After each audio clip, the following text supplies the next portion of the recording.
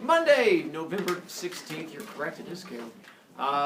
Advanced class, we're going to begin Flowers for Algernon, Part 1. Yeah, if you went through there, it's a long story. And we'll get through a chunk of it today.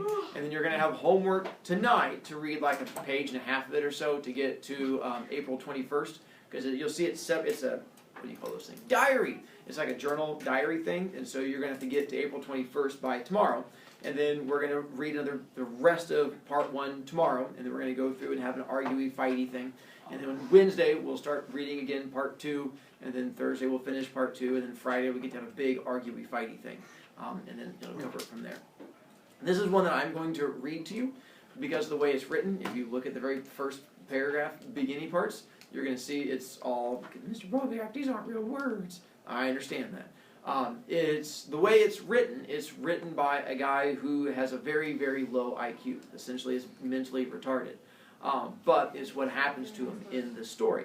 And so the way it's written through his point of view, you need to see changes that are going to happen to him because he changes throughout the story. But if I have you guys read it, it'll get confusing. Like, I don't know what this word is. I don't know what this word is. He writes phonetically. Do you know what phonetically means? It's a big word. It is. Hess. Like how you hear it? Yeah, so it's written how it sounds or how you hear it. So it's once you guys get to the part where you have to read on your own, as long as you sound it out, it should be all right. And if you think this is long, realize he rewrote the short story into a book. And so there's actually a much, much longer version called Flowers for Algernon, just like the one that we're doing. But this short story ended up being so popular and it's such a cool idea that he ended up going back and redoing it in a much longer version. We're just reading the much, much shorter version, even though the short one feels kind of long. Bailey! So is that book like a 300-page diary? Something like that. It just goes into a lot more detail. And I've not actually read it because the short story is really good. I'm kind of worried to see what else he would add into it because I'm not sure it needs much because the story is cool. Alright, Flowers for Algernon. Progress Report 1, March 5th, 1965. Oh, dang it. Poopy. For those of you playing the home version of it, make sure this is what we're talking about. I have no idea what you're talking about. Sorry, Tom. Ella, other dead kids at home. You're going to download the story called Flowers for Algernon from my website. It looks like it's all long. These are the two you're going to need to know for the test coming up in 2 weeks. This is Edgar Allan Poe. Don't read it late at night because it'll stay with you. This one you can read late at night. It's got a good twist ending, but it's not going to scare you. It's just going to make you want to slap someone. That's fine. Go find a sibling. Then suspense. We're going to get into suspense coming up in this story. Do you guys know what suspense is? Wait, let me go back. Good. What is suspense? Garrison, Michael. So like when they end suddenly and you can't wait to find out what's going to happen to them. It's the idea of that thing that makes you want to keep reading, whether it be a movie or a story. It's that part of the book or whatever that keeps you wanting to keep going. So when I tell you that kid just lost points because you're doing exactly what I told you not to, and now I'm going to charge you 6 points for it. See? Where that is, all of a sudden you're not sure who it is, that's called suspense. I didn't charge you 1 point, I was just using it as a teaching tool. Because that moment you're like, who is it? Who's losing the points? That's suspense, because you have no idea who it would be. Unfortunately, no one lost points, I just learned that I could use that to teach it. In our mountain, which part of the mountain is going to have suspense in it? Rising action? Are you asking me? No. What is it? Rising action. Rising action! Because that's the part that gets all exciting. So it's as you go up the mountain. And then the suspense, usually when you get that ending, you're like, ah! It's going to be what part of the story? Resolution. Climax. Climax. And that's when you get to the whole big part. Now, some stories end, and you have end on suspense, like Lady and the Tiger, where it just stops. And you're like, ah! And those are horrible stories that you hate. So normally, you're going to have a climax in there. In the story, he's going to talk about a Rorschach test, which is like an ink blot test, where you're going to have, they put ink on a piece of paper and they smash it together, and they ask, what do you see in this? Tells us something about your personality. It's not a Rorschach test. It's actually called a Rorschach test. Once again, dude's not very smart. When they keep calling it a Rorschach, he refers to it as a Rorschach test. The idea being is that when you see this, they're going to say, what do you see here? And it tells us something about your personality. If you say, I see an angry wolf getting ready to attack me, then that means like you lead a fearful life. You're like, I see 2 angels flying up to heaven. I see 2 You're like, elephants. so it all depends in what you can see. People at home. There you go.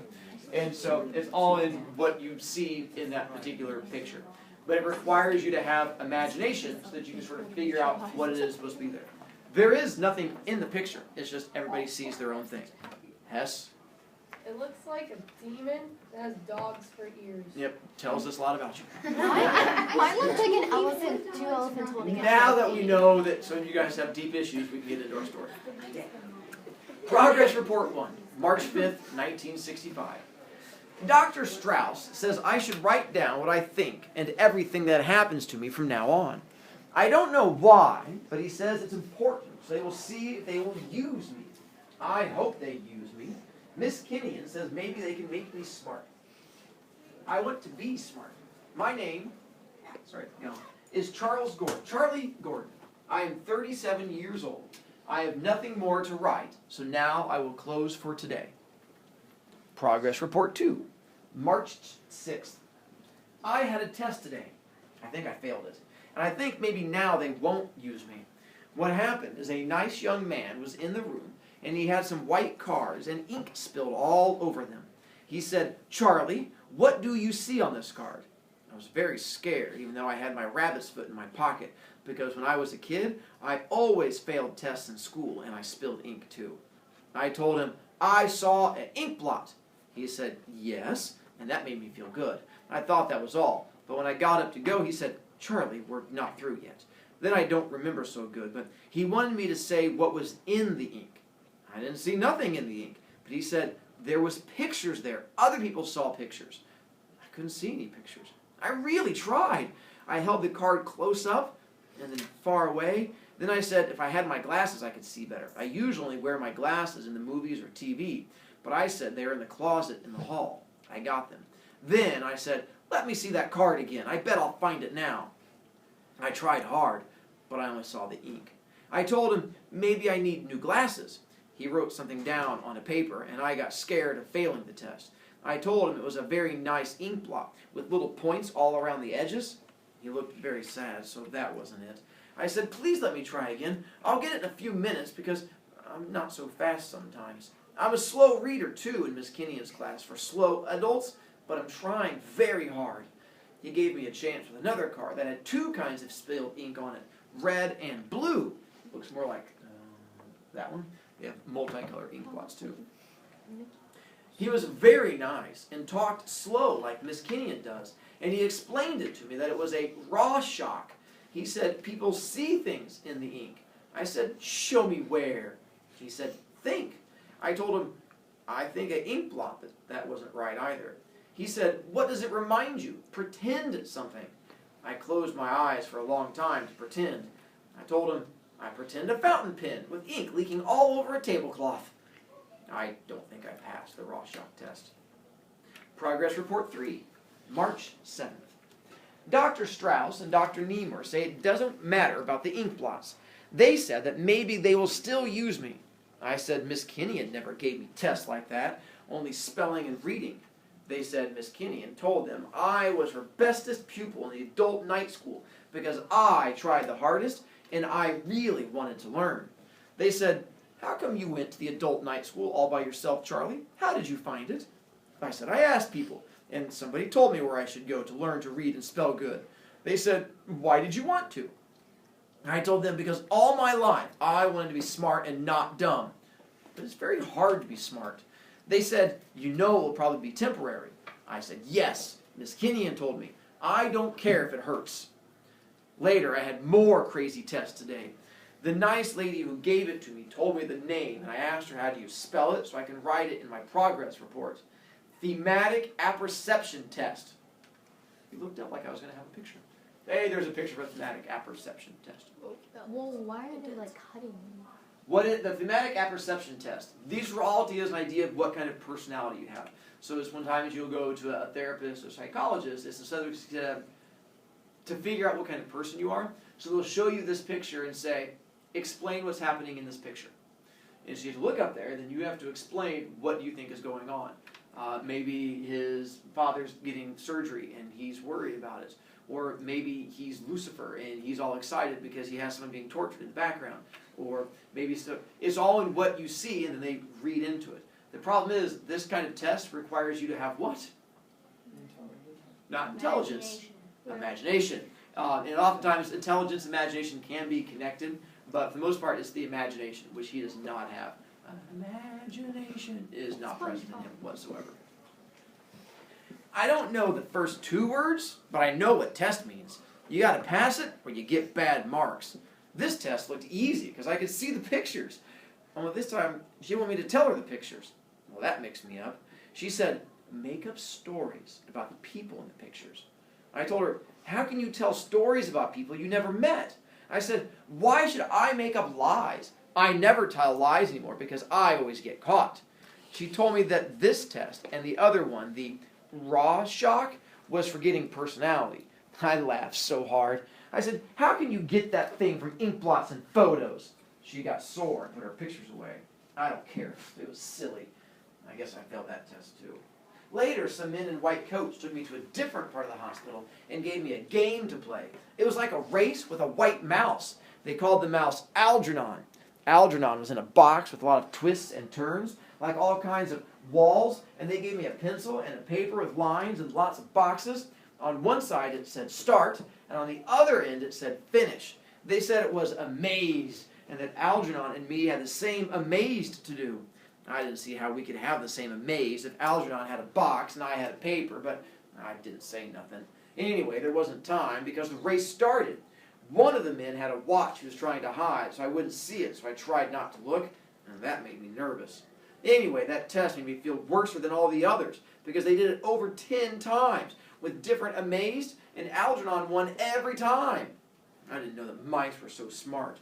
Maybe that's Algernon, his white mouse. Maybe white mice are smarter than other mice. So they gave him a maze, and they gave the mouse a maze to see if he was smarter than a mouse. Was he smarter than a mouse? No. No, nor a 5th grader. Either way, he's going to be out of luck. So basically, he's racing and they have the same design. Why is he in a hospital? Because he's there for, actually, you guys figured out why he's in a hospital yet? Is he His insane? IQ is Not- really low. His IQ is low, but there's lots of people who are dumb who are in hospitals. But a good guess. You're going to find out as the part coming up. They're going to tell you more here in a second. Progress report 4. They're going to use me! I'm so excited I can hardly write. Dr. Niemer and Dr. Strauss had an argument about it first. Dr. Niemer was in the office when Dr. Strauss brought me in.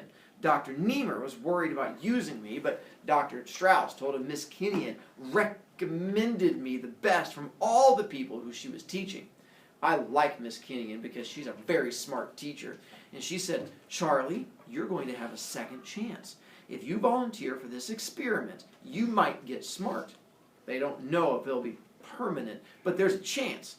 That's why I said okay, even when I was scared, because she said it was an operation. She said, don't be scared, Charlie. You've done so much with so little. I think you deserve it most of all. So I got scared when Dr. Niemer and Dr. Strauss argued about it. Dr. Strauss said I had something that was very good. He said I had good motivation. I never even knew I had that. I felt proud when he said that not everybody with an IQ of 68 had that thing. I didn't know what it is or where I got it, but he said Algernon had it too. Algernon's motivation is the cheese they put in his box, but it can't be that because I didn't eat any cheese this week. Then he told Dr. Niemer something I didn't understand, so while they were talking, I wrote down some of the words. He said, Dr. Niemer, I know Charlie is not what you had in mind as the first of your new breed of intellect. I couldn't get the word. You guys know what it is? Intellectual Superman. But most people of his low mentality are hostile and uncooperative. Hostile and uncooperative. They are usually dull, apathetic, and hard to reach. He has a good nature. He's interested and eager to please. Dr. Niemer said, remember, he will be the first human being ever to have his intelligence tripled by surgical means. Dr. Strauss said, exactly. Look at how well he has learned to read and write for his low mental age. It's as great an achievement as you and I learning Einstein's theory of something-vidity without help. that shows you the intenseness motivation. It's compared to something, a tremendous, achieve, I say we use Charlie. It's comparable. A, Tremendous. achieve, Tremendous. go you. Whew, those were a lot of big words. I didn't get all the words, but it sounded like Dr. Strauss was on my side and like the other one wasn't. Then Dr. Niemer nodded and he said, all right, maybe you're right. We will use Charlie. When he said that, I got so excited I jumped up and shook his hand for being so good to me. I told him, thank you, Doc. You won't be sorry for giving me a second chance. And I mean it. And I told him, after the operation, I'm going to try to be smart. I'm going to try awful hard. So why is he in the hospital? Because he's gonna have an operation. To do what? To make him Triple smart. his intelligence. Triple intelligence and make him super duper smart. And Is so, this like a real thing? kind of. That's what we're going to get into with our conversation. Bailey? Why would they choose a dumb person and not like choose a smart person and triple it? And they're going to talk more about it as we get farther into it. Okay. Not a bad question. Progress Report 5, March 10th. I'm scared. Lots of the nurses and the people who gave me the tests came to bring me candy and wish me luck. I hope I have luck. I got my rabbit's foot and my lucky penny. Only a black cat crossed me when I was coming to the hospital. Just like in our story you guys have to read. Dr. Strauss says, don't be superstitious, Charlie. This is science. Anyway, I'm keeping my rabbit's foot with me. I asked Dr. Strauss if I'll beat Algernon in the race after the operation. And he said, maybe. If the operation works, I'll show that mouse I can be as smart as he is. Maybe smarter. I wish the same thing for you guys. My hope is that someday you guys will be smarter than a mouse. Fingers crossed. Then I'll be able to read better and spell the words good and know lots of things and be like other people. I want to be smart like other people. If it works permanent, they'll make everybody smart all over the world. They didn't give me anything to eat this morning. I don't know what that eating has to do with getting smart. I'm very hungry, and Dr. Niemer took away my box of candy. That Dr. Niemer's a grouch. Dr. Strauss says I can have it back after the operation. You can't eat before operation. So March 10th is when he has the surgery. So we can keep track from everything after this is post-surgery. Yes, He started if you progress report 6, you actually spelled it correctly. you are correct. Tess? Like in every entry makes it like his grammar gets better. Coming up, you are most definitely correct. That'd be the checkpoint for tomorrow. I'll just put it together so I don't forget. Progress Report 6, March 15th. And yes, as you guys pointed, as you start reading from here, pay attention to how he talks, the words he uses and stuff like that, because everything post-operation, you should start to see a difference. The operation didn't hurt. He did it while I was sleeping. They took off the bandages from my head today so I can make a progress report. Dr. Niemer, who looked at some of my other ones, says I spelled progress wrong and told me how to spell it and report too. I got to try and remember that. I have a very bad memory for spelling. Dr. Strauss says it's okay to tell about all the things that happened to me, but he says I should tell more about what I feel and what I think. When I told him I don't know how to think, he said try. All the time when the bandages were on my eyes, I tried to think. Nothing happened. I didn't know what to think about. Maybe if I ask him, he'll tell me how I can think now that I'm supposed to be smart. What do smart people think about? Fancy things, I suppose. I wish I knew some fancy things already. Progress Report 7, March 19th. Nothing's happening. I had lots of tests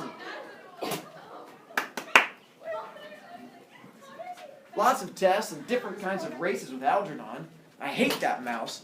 He always beats me. Dr. Strauss said I got to play those games. He said sometime I got to take those tests over again.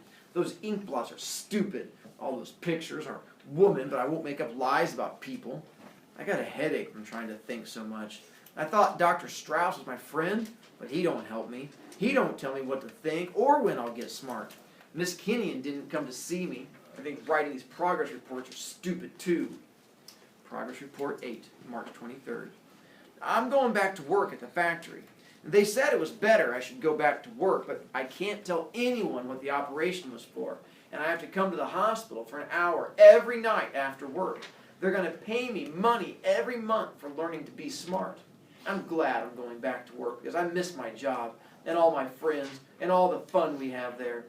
Dr. Strauss says I should keep writing things down, but I don't have to do it every day. Just when I think of something or something special happens. He says, don't get discouraged because it takes time and it happens slow. He says, it took a long time with Algernon before he got 3 times smarter than he was before. That's why Algernon beats me all the time, because he had that operation too. That makes me feel better. I could probably do that amazed faster than a regular mouse. Maybe someday I'll beat him. That'd be something. So far, Algernon looks smart permanent. March 25th. I don't have to write progress report on top anymore. Just when I hand it in once a week for Dr. Niemer. No! March 25th was the one I was trying to get to because that's the one that's going to make you angry. So your checkpoint is to get to the number 10, which is, you'll get to it, it'll say April 21st. April 21st. But yeah, the one I was trying to get to, that one right there, it's where you get to meet his friends at work, and it's going to make you want to beat people up. But tomorrow, get to April 21st so we can go from there.